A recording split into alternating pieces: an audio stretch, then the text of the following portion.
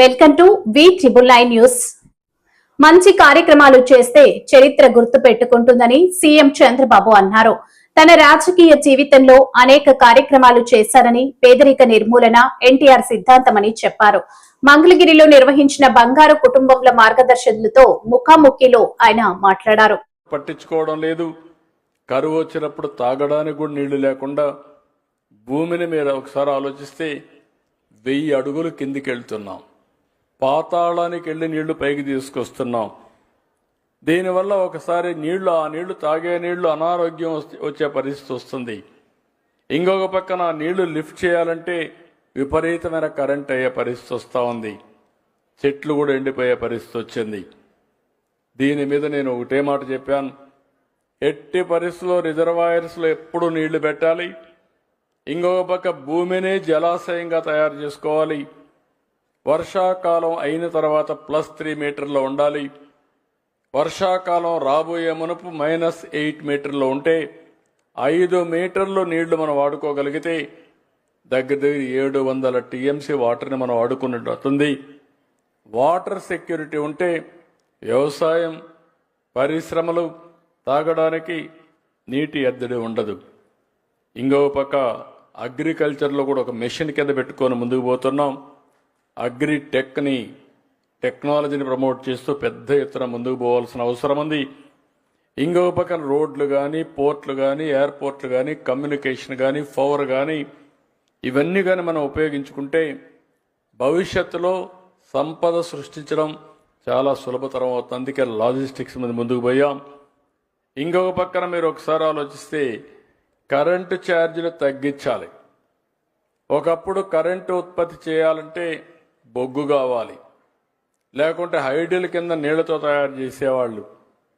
ఎక్కడో తయారు చేసి మనకి ఇక్కడికి వచ్చేది. ఈరోజు మనం సోలార్ అయితే రూఫ్ టాప్ కింద మన ఇంటి మీదే మనమే కరెంట్ ఉత్పత్తి చేసుకునే పరిస్థితికి వచ్చాం.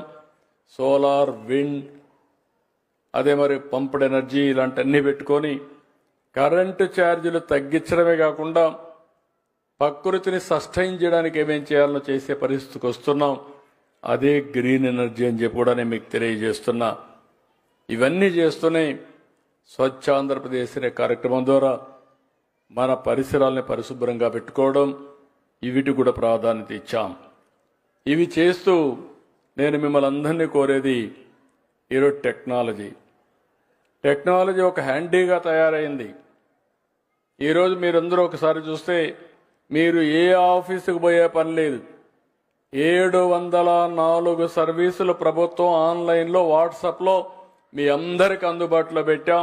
మొన్న ఆగస్టు 15 నుంచి మీకు ఏ పని కావాలన్నా మీ ఫోన్లోనే అయిపోతాయి. మీరు ఆర్టీసీ బస్సుల్లో సీట్ల రిజర్వేషన్ దగ్గర నుంచి, దేవాలయాలకు పోతే పూజల దగ్గర నుంచి, హోటల్కి పోతే రూమ్ దగ్గర నుంచి ఏది కావాలన్నా అన్ని పనులు మీరు ఇంకొక పక్కన మీ క్యాస్ట్ సర్టిఫికెట్ నుంచి, మీ మార్కుల దగ్గర నుంచి అన్ని అవైలబిలిటీకి వచ్చే పరిస్థితికి వచ్చింది. ఇవన్నీ కూడా టెక్నాలజీని మనం కరెక్ట్గా ఉపయోగించుకుంటే శారీరకంగా పనిచేయాల్సిన అవసరం లేదు.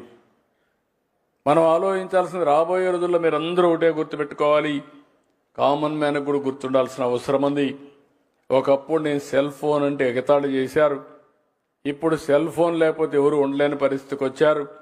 కానీ సెల్ ఫోన్ కొంతమంది తెలివైన వాళ్ళు బాగా ఉపయోగించుకుంటున్నారు, కొంతమంది సెల్ ఫోన్ ఉన్న దాన్ని ఉపయోగించుకోలేని పరిస్థితికి వస్తున్నాం. టెక్నాలజీని ఉపయోగించుకుంటే చాలా వరకు మనకు ప్రయోజనం ఉంటుంది. ఈ విషయం మీరు గుర్తుపెట్టుకోవాల్సిన అవసరం ఉంది. ఇక్కడికి వచ్చినప్పుడు ఇవన్నీ ఒక ఎత్తు అయితే, గవర్నమెంట్ అయితే ప్రతి ఒక్కరికి ఇంటి జాగా ఇవ్వడం, ఇల్లు కట్టేయడం, గ్యాస్ ఇవ్వడం, మంచినీళ్ళు ట్యాప్ పెట్టి ఇవ్వడం, మరుగుదొడ్డి కట్టడం, ఇంకొక పక్క సోలార్ కానీ కరెంటు కానీ ప్రతి ఒక్క ఇంటికి ఇవ్వడం, ఇంకొక పక్క డిజిటల్ కనెక్టివిటీ ఇవ్వడం, ఇంకొక పక్క ఈరోజు ఇవన్నీ చేసి ఒక ఫ్యామిలీ, ఒక ఆంటర్‌ప్రెన్యూర్ అనే కార్యక్రమం తీసుకుంటున్నాం. ఇవన్నీ చేసిన తర్వాత కూడా ప్రభుత్వ బాధ్యతగా ప్రభుత్వం చేస్తున్నాం. అయితే ఇంకా ఆర్థిక అసమానతలు తగ్గుతాయంటే దీనికి సమయం పడుతుంది. దానికోసమే ఈరోజు ఒక వినూత్నమైన కార్యక్రమం P4 ఇప్పుడే కొంతమంది మాట్లాడారు. ఒక పక్క మార్గదర్శి, ఒక పక్క బంగారు కుటుంబం. బంగారు కుటుంబం కూడా తక్కువ కాదు. మేము కూడా ఒకప్పుడు పేద కుటుంబాల నుంచి వచ్చాం. మామూలు మధ్యతరగతి కుటుంబాలే, ఒక రైతు కుటుంబం. ఇక్కడుండే వేదిక పైన అందరం కూడా అక్కడి నుంచే వచ్చాం. ఈరోజు బంగారు కుటుంబాలకు మార్గదర్శులు కూడా మొన్నటి వరకు బంగారు కుటుంబాలే. వాళ్ళకు అవకాశాలు వచ్చాయి, సద్వినియోగం చేసుకున్నారు, ఈరోజు పైకి వచ్చారు. అందుకని ఈరోజు ఈ కాన్సెప్ట్ అనేది నేను మీకు ఒకటే విజ్ఞప్తి చేస్తున్నా. 2047 స్వర్ణాంధ్రప్రదేశ్ విజన్ డాక్యుమెంట్ తయారు చేశాం. నేను 2000లో విజన్ 2020 తయారు చేస్తే ఆ రోజు సమైక్య ఆంధ్రప్రదేశ్కి చాలామందికి అర్థం కాలేదు. ఆ రోజు నన్ను విమర్శించారు. కానీ ఈరోజు చూస్తే నేను ఆ రోజు ఏం చెప్పానో దానికంటే ఎక్కువే అభివృద్ధి అయ్యే పరిస్థితి వచ్చిందంటే అది విజన్కు ఉండే పవర్ అని చెప్పి నేను మీకు తెలియజేస్తున్నా. 2047 ఎప్పుడో కాదు, మీరు గుర్తుపెట్టుకోవాలి.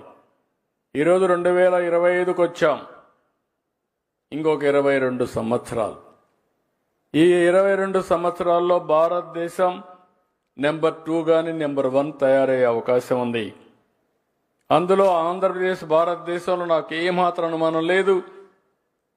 ఇంత మునిపే మన మిత్రుడు చెప్పినట్టు మళ్ళా మీరంతా వైకుంఠపాడు ఆడితే తప్ప కంటిన్యూగా కన్సిస్టెంట్గా గవర్నమెంట్ ఉంటే 2047కి భారతదేశంలో అగ్ర రాష్ట్రానికి చిరునామాగా ఆంధ్రప్రదేశ్ ఉంటుంది. దీంట్లో అనుమానమే లేదు. అలాంటి దీంట్లో మనం గుర్తుపెట్టుకోవాల్సింది ఆర్థిక అసమానతలు తగ్గించే వ్యవస్థకు రూపకల్పన చేసుకోవాల్సిన అవసరం ఉంది. నేను ఇక్కడ చెప్పే మాట మీరందరూ కూడా ఒకటే గుర్తుపెట్టుకోవాలి. సమాజంలో కొన్ని కారణాల వల్ల, ఆర్థిక సామాజిక రాజకీయ కారణాల వల్ల కొన్ని కులాలు కొన్ని ప్రాంతాలు పైకొచ్చాయి, కొన్ని కుటుంబాలు పైకొచ్చాయి.